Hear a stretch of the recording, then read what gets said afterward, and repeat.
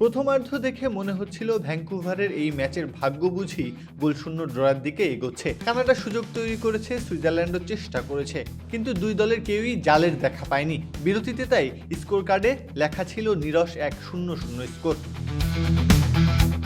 কিন্তু দ্বিতীয়ার্ধ শুরু হওয়ার পর যেন মাঠে নেমেছিল একেবারে অন্য এক সুইজারল্যান্ড। বিরতির পর প্রথম মিনিটে আসে ম্যাচের মোড় ঘুরিয়ে দেওয়া মুহূর্ত।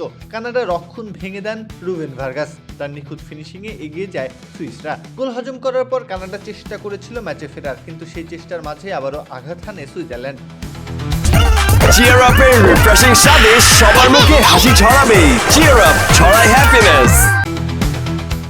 ম্যাচের 57 মিনিটে ইয়োহান মানজাবি দ্বিতীয় গোলটি করে ব্যবধান দ্বিগুণ করে দেন। মাত্র 11 মিনিটের ব্যবধানে দুটি গোল, আর তাতেই পুরো ম্যাচের নিয়ন্ত্রণ নিজেদের হাতে নিয়ে নেয় সুইসরা। তবে পাল্টা জবাব একেবারেই আসবে না, তাই কি হয়? 75 মিনিটে মাঠে নামলেন কানাডার প্রমিস ডেভিড, আর 1 মিনিটের মধ্যে দলকে এনে দিলেন লিড। ম্যাচে প্রাণ ফিরে আসে, একটা সম্ভাবনা উকি দেয় কানাডার জন্যে।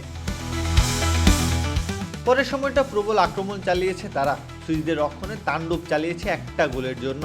তবে দিন শেষে সেটা আর পাওয়া হয়নি, অর্থাৎ 2-1 গোলের জয় নিয়ে মাঠ ছাড়ে সুইজারল্যান্ড। তবে এই ম্যাচে জয় পরাজয় ছাপিয়ে দুই দলই পরের রাউন্ডে প্রবেশ করেছে অবলীলায়।